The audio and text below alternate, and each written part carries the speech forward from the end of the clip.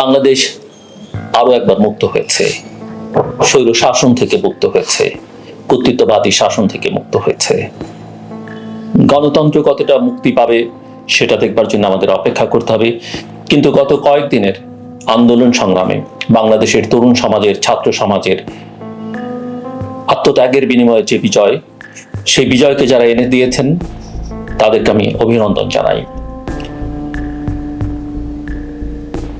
আমি আমার সবটুকু ভালোবাসা দিয়ে বাংলাদেশের তরুণ সমাজকে অভিনন্দনই শুধু জানাই না, আমি আমার পক্ষ থেকে, আমার সহকর্মীদের পক্ষ থেকে, আমার জেনারেশনের পক্ষ থেকে এবং আমার পূর্বসূরীদের পক্ষ থেকে তাদেরকে কৃতজ্ঞতা জানাই।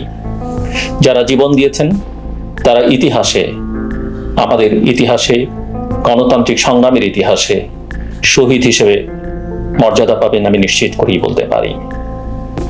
আমরা আমাদের সবটুকু সামর্থ্য দিয়ে, ভালোবাসা দিয়ে তাদেরকে স্মরণ রাখবার চেষ্টা করব এবং আমি বিশ্বাস করি বাংলাদেশ, এই নতুন বাংলাদেশ তাদের স্বজনদের পাশে দাঁড়াবে। অসংখ্য তরুণ জীবন দিয়েছেন, অনেক শিশু জীবন দিয়েছেন, অনেক সাধারণ মানুষ জীবন দিয়েছেন, অনেকে পঙ্গুত্ব বরণ করেছেন, অনেকে জেলে গেছেন, নানাভাবে অসম্মানিত হয়েছে। আসলে বিগত কয়েকটা বছর বাংলাদেশ একটা ভয়ের আবহের মধ্যে, একটা ভয়ের সংস্কৃতির মধ্যে, একটা বক্সের মধ্যে বন্দী ছিল। সেখান থেকে বাংলাদেশ মুক্ত হয়েছে। এই মুক্তি চূড়ান্ত মুক্তি কিনা সেটা আমি এখনই নিশ্চিত করে বলতে পারবো না, কিন্তু একটা জগদ্দল পাথর আমাদের মাথার উপর থেকে নেমে গেছে এবং স্বৈর শাসক বিদায় হয়েছে। বিভিন্ন দেশে স্বৈর শাসকরা যেভাবে পালিয়ে যায় সেভাবেই পালিয়ে গেছে, অত্যন্ত লজ্জার সঙ্গে, অত্যন্ত অসম্মানের সঙ্গে। লক্ষ লক্ষ নেতা কর্মী সমর্থককে পেছনে ফেলে রেখে, তাদের দিকে না তাকিয়ে, তাদের সঙ্গে কোনো আলোচনা না করে পালিয়ে গেছে। এই বিদায়ের মধ্য দিয়ে অসম্মানিত হয়েছে বাংলাদেশের মুক্তিযুদ্ধ, মুক্তি সংগ্রাম, অসম্মানিত হচ্ছে মুক্তি সংগ্রামের প্রধান পুরুষ। গত কয়েকটা বছর ক্ষমতায় থেকে যেভাবে ঘৃণা ছড়ানো হয়েছে, গোটা সমাজ রাষ্ট্রকে যেভাবে বিভাজিত করা হয়েছে, সেটার একটা পরিসমাপ্তি ঘটেছে অনেক ত্যাগের বিনিময়ে। শুধু বাংলাদেশের ইতিহাসেই নয়, দক্ষিণ এশিয়ার ইতিহাসেই নয়, সম্ভবত গোটা বিশ্বের ইতিহাসে একটা অন্যতম ব্যতিক্রমী এবং ত্যাগের মধ্য দিয়ে আমরা যারা বড়, আমাদের রাজনৈতিক দলগুলো যে কাজ করতে পারেনি, আমাদের তরুণ শিক্ষার্থীরা, তরুণ সমাজ সেটা করে দেখিয়েছে। এবং এই বিদায়ের মধ্য দিয়ে বাংলাদেশ একটা নতুন বাংলাদেশে রূপান্তরিত হবে, সেটা আমরা চাই। বৈষম্য বিরোধী ছাত্র আন্দোলনের নেতারা যেটা বলেছেন যে আমরা এমন একটা বাংলাদেশ চাই যেখানে কখনো স্বৈর শাসন, যেখানে কখনো ফ্যাসিবাদ জায়গা করে নিতে পারবে না। শেখ হাসিনা বিদায় নিয়েছেন, তিনি এবং তার বোন হেলিকপ্টারে করে দিল্লির উদ্দেশ্যে গেছেন, দিল্লিতে গেছেন, সেখানে হয়তো তিনি আশ্রয় পাবেন। কিন্তু লক্ষ লক্ষ নেতাকর্মীকে আশ্রয়হীন করে দিয়ে তিনি গেছেন এবং গোটা বাংলাদেশ এখন চলছে।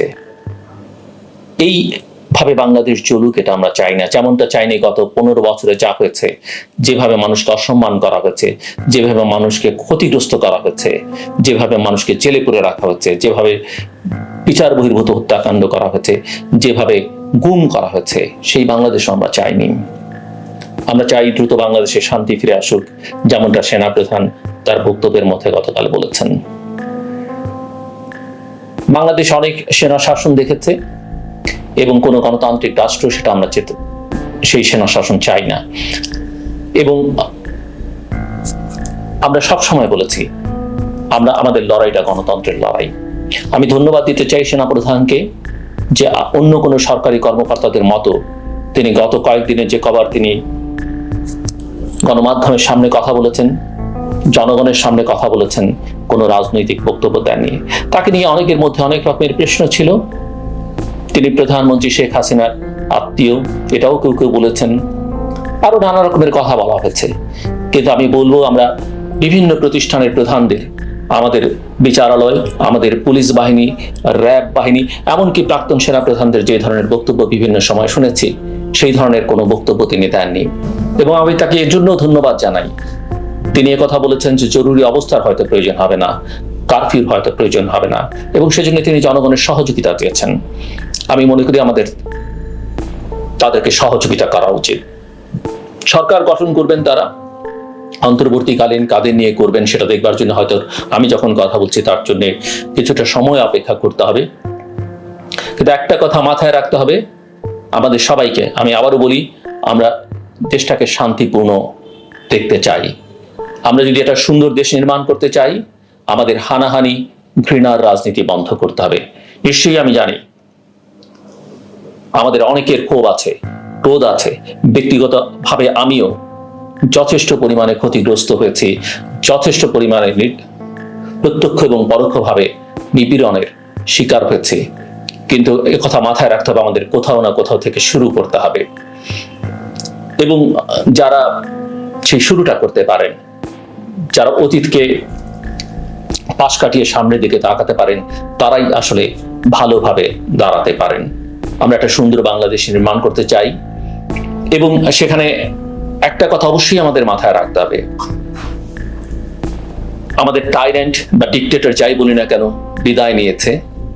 আমরা আশা করি বাংলাদেশ এটা গণতান্ত্রিক বাংলাদেশ হবে। কিন্তু এই যে ফ্রাঙ্কেনস্টাইন তৈরি হয়েছিল বাংলাদেশে, এই যে লুটপাটের রাজত্ব তৈরি হয়েছে, এই যে দেশের টাকা দেশের বাইরে চলে গেছে, ব্যাংকগুলো খালি হয়েছে, দুর্নীতি একটা সর্বগ্রাসী রূপ নিয়েছে, এই যে পুলিশ নিজেকে সবকিছুর ঊর্ধ্বে মনে করেছে, প্রশাসনের কর্মকর্তারা মনে করেছে তারাই সবকিছু, ক্ষমতাসীন দলের নেতা কর্মীরা, ব্যতিক্রম অবশ্যই আছে, বা তাদের ছাত্র সংগঠন, অন্যান্য অঙ্গ সংগঠনের নেতা কর্মীরা যেটা মনে করেছে তারাই সবকিছু, বা প্রধানমন্ত্রী যিনি মনে করতেন আর্ম দ্য স্টেট, পুলিশ যেখানে এটাকে একটা পুলিশি স্টেট বানিয়ে ফেলেছিল, সেখান থেকে আমরা বাংলাদেশকে মুক্ত করতে চাই। আমরা চাই বাংলাদেশে যা কিছু হবে তার সিদ্ধান্ত নেবে বাংলাদেশের জনগণ, অন্য কেউ নয়, কোনো ব্যক্তি নয়, কোনো দল নয়, কোনো গোষ্ঠী নয়, কোনো প্রতিষ্ঠান নয়।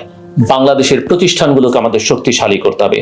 বাংলাদেশে এমন একটা ব্যবস্থা করতে হবে যে ব্যবস্থায় চাইলেই কেউ পরিবর্তন করতে পারবে না। আমাদের সংবিধানে হাত দিতে হবে, আমাদের প্রতিষ্ঠানগুলো গড়ে তুলবার ক্ষেত্রে কাজ করতে হবে, আমাদের অনেক ধরনের সংস্কার করতে হবে। আমরা একটা স্থায়ী নির্বাচনী ব্যবস্থা চাই, এবং বাংলাদেশের রাজনীতিবিদদের যে মনস্তত্ত্ব, ক্ষমতায় গিয়ে লুটপাট করা, সেই মনস্তত্ত্বকে ভাঙতে হলে বাংলাদেশে কোথাও আছে কি নেই, স্বল্প সময়ের জন্য হলো 3 মাসের জন্য একটা অন্তর্বর্তীকালীন সরকারের ব্যবস্থা করতে হবে, যারা বাংলাদেশে নির্বাচন কন্ডাক্ট করবে। বাংলাদেশে বিভিন্ন প্রতিষ্ঠানে নিয়োগ প্রক্রিয়া এমনভাবে করতে হবে, বিশেষ করে সাংবিধানিক প্রতিষ্ঠানগুলোতে, যেখানে চাইলেই কারোর মধ্যে এমন কোনো ভয় থাকবে না যে তিনি সরকারের সিদ্ধান্তের বাইরে গেলে তাকে বিপদগ্রস্ত হতে হবে। তার মধ্যে এমন কোনো স্বপ্ন তৈরি করবার সুযোগ থাকবে না যিনি এখান থেকে বেরিয়ে গিয়ে আরেকটা পদে যেতে পারবেন। এই চেকস অ্যান্ড ব্যালেন্সের কাজগুলো আমাদের করতে হবে, এবং একথাও আমাদের মাথায় রাখতে হবে, আমি যে কথা একটু আগে বলছিলাম, যে এই যে ফ্রাঙ্কেনস্টাইন আমরা তৈরি করেছি, এই ফ্রাঙ্কেনস্টাইন তৈরি করবার দোষ শুধুমাত্র তাকেই দিলে হবে না, বা প্রধানমন্ত্রীকে দিলে হবে না। তাকে তৈরি করবার ক্ষেত্রে তার যে স্থাপক গোষ্ঠী, যারা তাকে কেন্দ্র করে লুটপাট করেছে, এই দেশটাকে শুষে খেয়েছে, তারা সবাই কিন্তু চিহ্নিত। সেটা সমাজের, রাষ্ট্রের বিভিন্ন শ্রেণী পেশার মানুষ রয়েছেন, আমাদের গণমাধ্যমে সেখানে দায় আছে, এই প্রতিষ্ঠানগুলো সেখানে দায় আছে, আমাদের ব্যবসায়ী সমাজের একটা বড় দায় আছে। কিন্তু সবাইকে আক্রমণ করে, সবাইকে ক্ষতিগ্রস্ত করে, বা সবার উপরে প্রতিশোধ দিতে গিয়ে আমরা আসলে নতুন বাংলাদেশ, আমাদের প্রিয় বাংলাদেশ তৈরি করতে পারবো না। আমাদের পূর্বসূরীরা যে বাংলাদেশের জন্ম দিতে গিয়ে জীবন দিয়েছেন, সেই বাংলাদেশ আমরা তৈরি করতে পারবো না। কাজে আমি মনে করি এদেরকে চিহ্নিত করার দরকার। আমরা যেমন 71-এর কোলাবরেটরদের কথা গত 53 বছর ধরে শুনেছি, তাদেরকে চিহ্নিত করেছে, তাদেরকে নানাভাবে ব্যবহার করবার চেষ্টা করেছি। এবার যেন আমরা সেটা না করি, কিন্তু তাদেরকে চিহ্নিত করে ভবিষ্যতে যেন এই লোকগুলো, যেহেতু তাদের মধ্যে এই প্রবণতা আছে, তাদের রক্তের মধ্যে এই প্রবণতা আছে, তারা যেন বাংলাদেশে আর কোনো দানব তৈরিতে ভূমিকা রাখতে না পারে।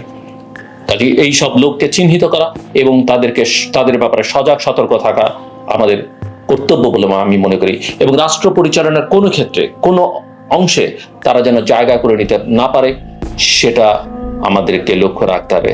এখন প্রশ্ন হচ্ছে আমার মত, অন্তর্বর্তীকালীন সরকার কিরকম হবে। আমি আগেও বলেছি, এর আগের ভিডিওতে বলেছি, অনেকে সেনাবাহিনী নিয়ে কথা বলতে ভয় পায়। আমি মনে করি আমাদের সেনাবাহিনীকে আমরা দেশপ্রেমিক সেনাবাহিনী বলি, এবং সেনাপ্রধান তার প্রমাণ দিয়েছেন তার কথাবার্তায় যে সেনাবাহিনী আসলে ক্ষমতা নিতে চায় না। এই ধরনের সুযোগে অনেক দেশই অনেকে সেটা করে, এবং বিশ্ব বাস্তবতাও সেটা হয়তো অ্যালাউ করে না। কাজেই কিন্তু এই ধরনের ট্রানজিশনাল ফেজে সেনাবাহিনীর একটা গুরুত্বপূর্ণ ভূমিকা থাকে, এবং আমি বিশ্বাস করি আমাদের গণতান্ত্রিক প্রক্রিয়াকে শক্তিশালী করবার ক্ষেত্রে, অব্যাহত রাখবার ক্ষেত্রে এই ট্রানজিশনাল ফেজে বাংলাদেশ সেনাবাহিনী অতীতের মতো গুরুত্বপূর্ণ ভূমিকা পালন করবে।